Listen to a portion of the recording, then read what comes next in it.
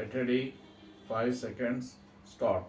Mr. Speaker, sir, I beg to move the cut motion standing in my name. I wish to point out that there is great need to waive the sales tax on perishable articles like fruits, fish, etc. I am not saying that the government should waive the sales tax together, but I want that certain commodities should be exempted from sales tax. In this connection, I would like to say that the income from sales tax has been very good. But at the same time, the government do not see the hardship caused by this tax to the poor people. There is almost no commodity in our country that can be sold or purchased without sales tax. To that extent, the government deserve congratulations, but I do not know why the government should not exempt a few perishable articles from sales tax. As we know, a man's basic requirement is food, and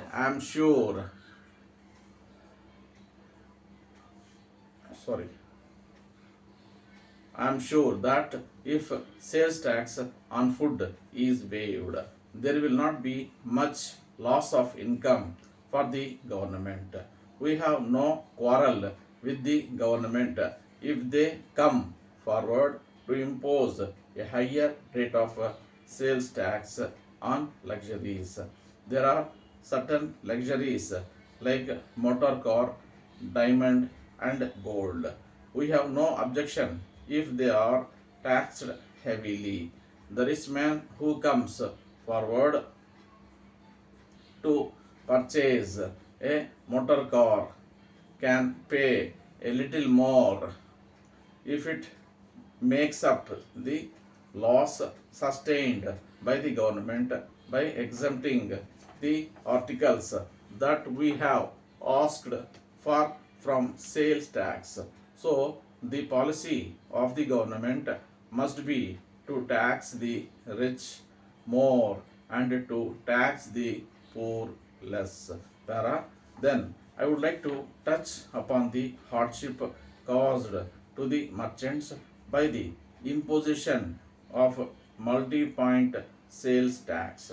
The government have not accepted our suggestion that there should be no multi-point sales tax, and they have failed to rectify the mistakes that are pointed out by us.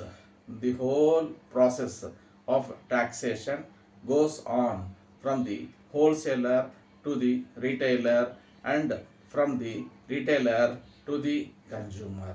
If this is the state of affairs, the government can easily imagine the amount of hardship caused to the people. The government may come to the conclusion that at every stage of these transactions they get some income. So far as the finances of the government are concerned, it may be a sound principle, but the government must also consider how much the people are affected. Sound canons of public finance lay down that any tax must be so collected that the people who pay the taxes do not feel any hardship. I therefore feel that every commodity that is subjected to sales tax in our country should be taxed at only one point.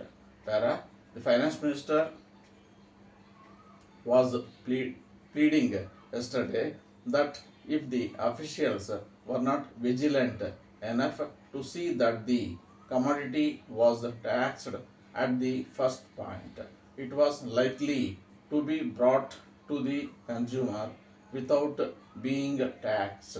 But the government need not think that their officials will be so careless.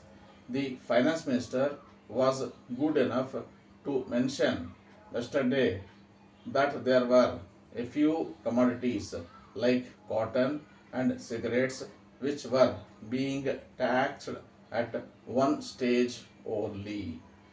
I would ask him whether these are the only commodities that go to make up the living of a man. There are many other commodities which are necessary for the mere existence of man. They must therefore be exempted from sales tax. Once again, I finally plead with the government that they should consider the desirability of waiving tax at least on perishables like vegetables, fish and fruits. Letter from Raghu and Company, Bangalore to Messrs. Rao and Company, Madurai. Para.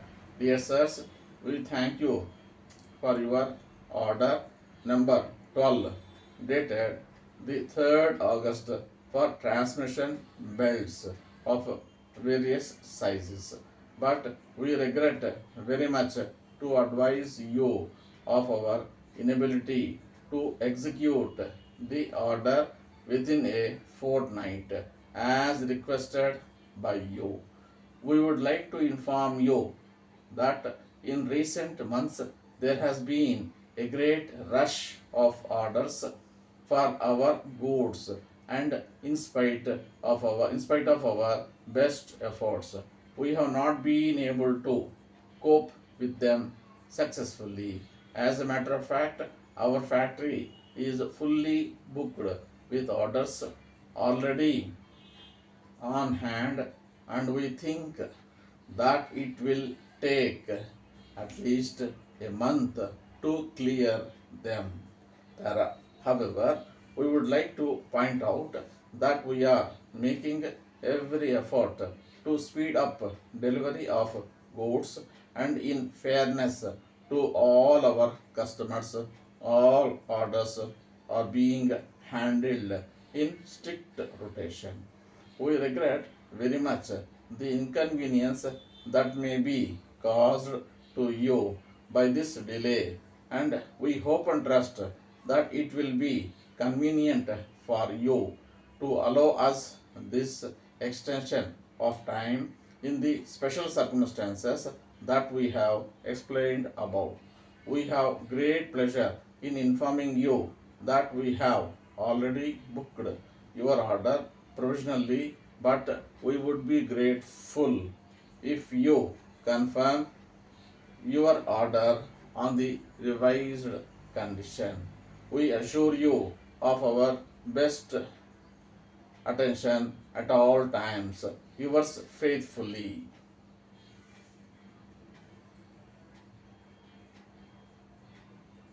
Half minute and 30. Stop.